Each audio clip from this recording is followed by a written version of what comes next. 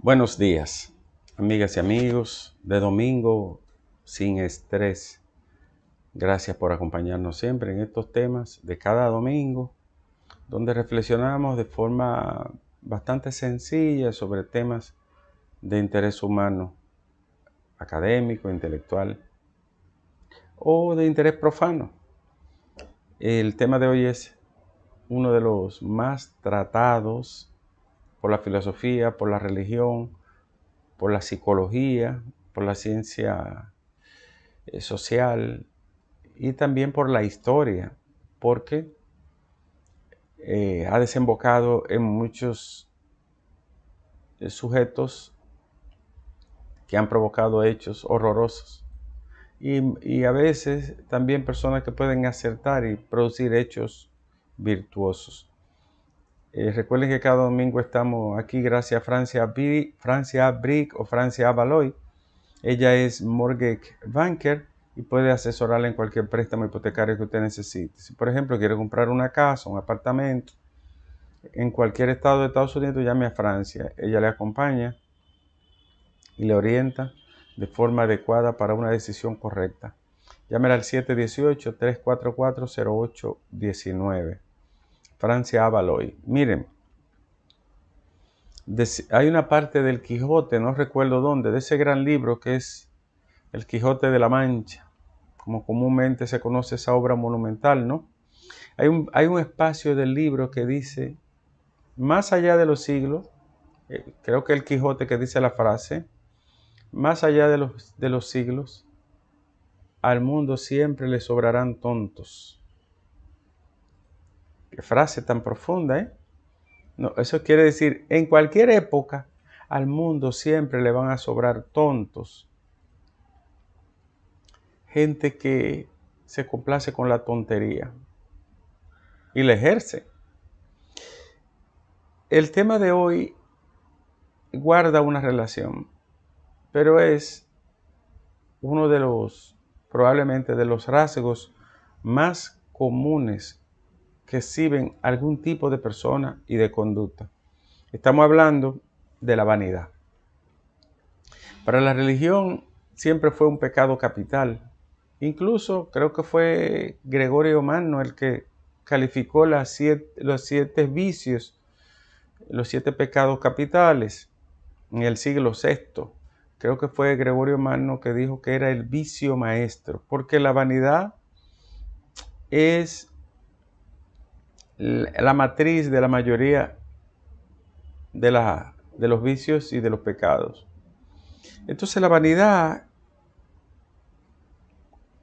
más que un rasgo exterior que se puede ver en la gente como una condición exhibida, no, es un aspecto psicológico de la personalidad humana que tiene serias y grandes implicaciones.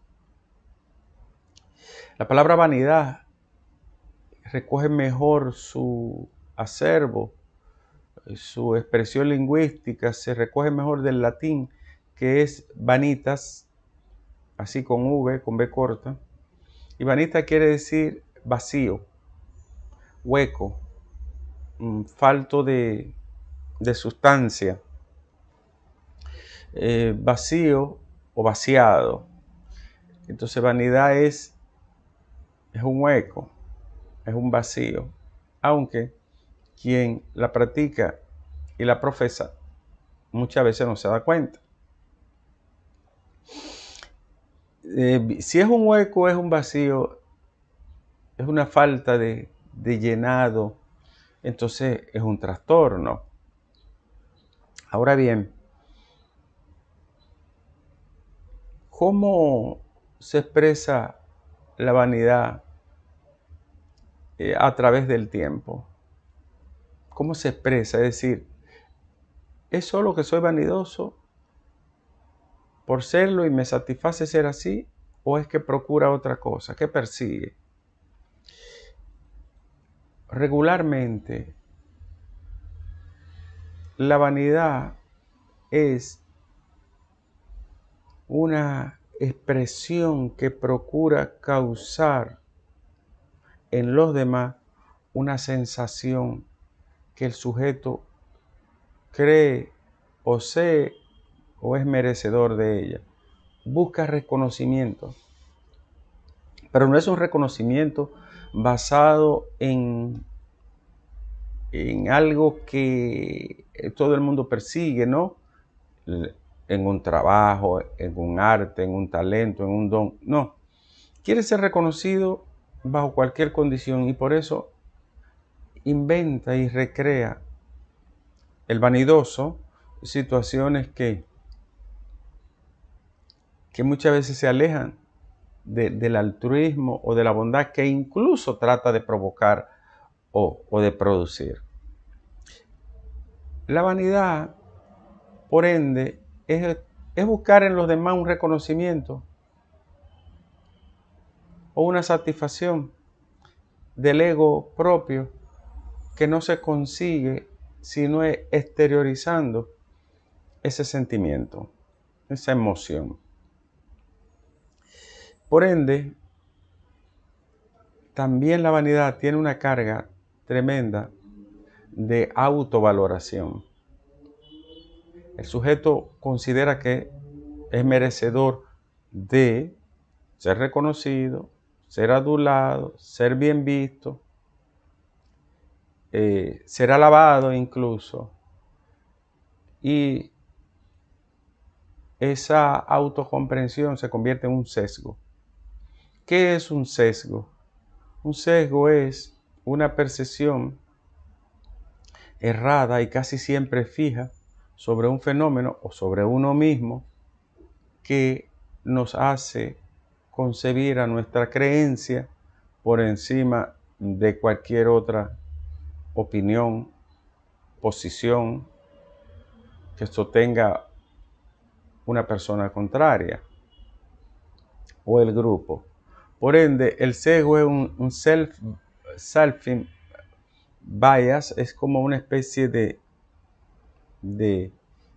fijación en sí mismo para proyectar hacia los demás aquello por lo que quiero ser admirado, reconocido, seguido, incluso amado, persiguen ser amados. ¿Cuál es el problema que tiene la vanidad? Que desemboca al final, tiene un extremo que le encamina a la soberbia. ¿Por qué a la soberbia? Porque el vanidoso borra los linderos, ¿verdad? Incluso de la tolerancia y del respeto por el otro. Y entonces puede tratarse de una expresión de soberbia, de ira, de rechazo o de odio frente a aquel que considera, no, vamos a decir entre comillas, no lo valora, no lo aquilata como se debe. En política la vanidad es extremadamente tóxica y delicada, porque el político vanidoso, en su ensimismamiento, en su miramiento interior, en el monumento que le levanta su propio ego, es capaz de todo. Se considera un enviado, se considera un individuo irrepetible, se considera un sujeto inmarcesible y se considera incuestionable cuando llega a ese extremo. Y la soberbia, como ustedes saben, en diferentes periodos de la historia ha causado grandes dolores humanos, muchas veces por ese dejo de la vanidad que ha acompañado a líderes y a dirigentes a través del tiempo. Para la religión, para la teología cristiana, la vanidad es, bueno, no solo la consideran la madre maestra de los vicios, sino que la consideran como a la persona que la practica está totalmente apartado de Dios. La filosofía es un rasgo más más metódico. Y Nietzsche, por ejemplo, el gran Nietzsche, ¿no? El filósofo de finales del siglo XIX, inicios del XX, el alemán Friedrich Nietzsche, consideraba que no es una falta de orgullo, no. Es un exceso de orgullo. Lo que ocurre es que no es auténtico. Para Nietzsche no es original, es un orgullo enfermo, simulado. Y tanto es así que dice que en realidad la vanidad es el temor a parecer original. La gente tiene miedo de que se conozca su verdadera originalidad. Eso lo dice Friedrich Nietzsche, que es un filósofo moderno o postmoderno. Entonces, no, es contrario a lo que la gente cree, que el vanidoso le falta orgullo y autoestima. La tiene exageradamente de más, pero torcida. Tanto el orgullo como la autoestima. Y entonces lo que siente un gran temor interior de no ser aceptado como es, auténtico y original. Entonces tiene que simular y disfrazar de ese dejo vanidoso, de ese halo de vanidad, una personalidad que en realidad está falsificada. El cerebro humano tiene una condición sumamente, yo diría que es espléndida y delicada a la vez. Y es que el cerebro tiende a simular. Hace eso que se llama, cuando los animales se disfrazan, se camuflan, ¿no? El cerebro puede camuflarse. Puede hacer que la gente tienda como una forma de defensa a buscar algún parapeto de camuflaje para simular otra cosa. Y entonces entra en la etapa del simulacro. Y si usted le da rienda suelta a eso, ya sabe dónde llega.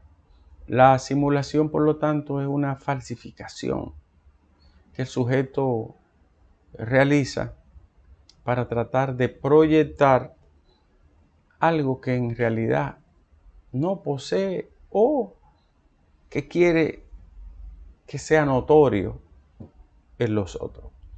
Hay un autor llamado Jean Baudrillard que escribió un texto llamado Simulacra and Simulation. Es como simulacro y simulación, empezando en los años 80, donde él trata el tema del simulacro. Los griegos abundaron bastante en la simulación. Es porque el vanidoso está obligado a simular. El vanidoso está obligado a buscar una forma desdoblada de la simulación, del arte de querer aparentar, diría alguien. Entonces la simulación puede, a veces ustedes ven que hay algunas personas vanidosas que caen en una verdadera pantomima, no se convierten en una caricatura. Se le nota tanto el disfraz de la simulación que no admite una mirada original.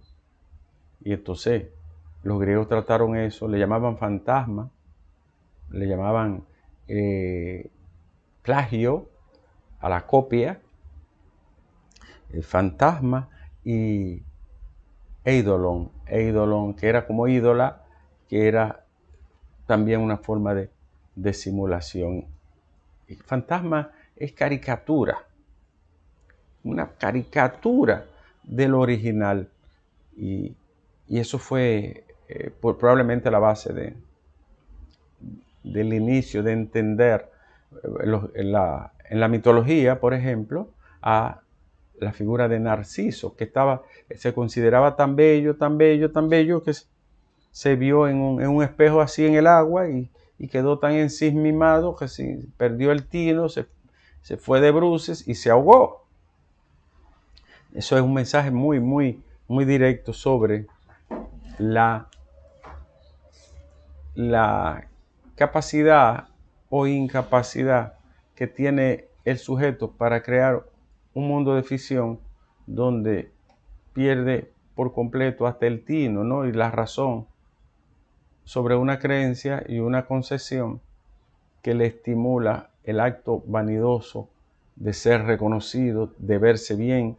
La vanidad física hoy es dominante, no física porque sea presencial, porque puede ser también virtual, pero hoy hay una gran preocupación por el cuerpo, es decir, hay un esteticismo de la existencia humana como pocas veces, a eso que llamaba, pero en otro tono, Michel Foucault, estetización de la vida, estetización de la existencia. Hoy como nunca se procura lo estético en la existencia humana, pero no solo se procura esto, sino ser visto.